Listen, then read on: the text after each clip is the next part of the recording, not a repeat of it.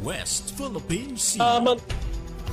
Samantala, kailangan magbayad ng China sa mga sinira nila mga gamit ng mga tropa ng Pilipinas. Gayon din ang pagpapa-opera ng isang sundalong Pilipino na naputulan ng daliri. Ang detalye sa report ni Christopher Tirambulo. Christopher? Naniningil na ang Pilipinas sa China sa mga sinira nitong mga gamit sa nakaraang girian sa Baho de Masinloc noong Hunyo 17.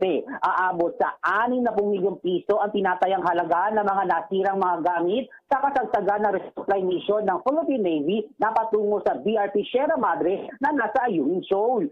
Sinira ng mga tauhan ng China Coast Guard ang dalawang bangka ng Pilipinas at maging ang mga personal na gamit ng mga Pilipinong sundalo. Ayon kay Armed Forces of the Philippines Chief of Staff General Romeo Browner Jr., sumulat na siya sa Department of National Defense na siya nang ipapasa sa Department of Foreign Affairs at ipapasa sa mga counterparts ng Pilipinas sa China.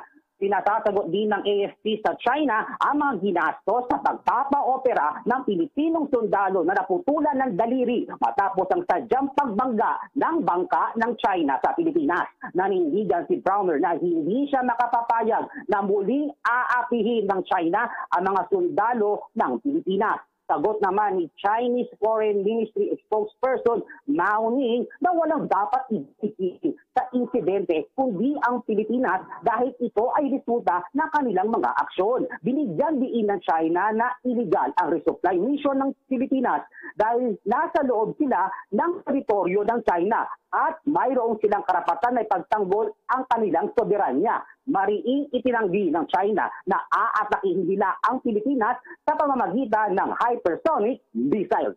Christopher Tirambulo, Newsline. Maraming salamat sa report na yan, Christopher. Newsline.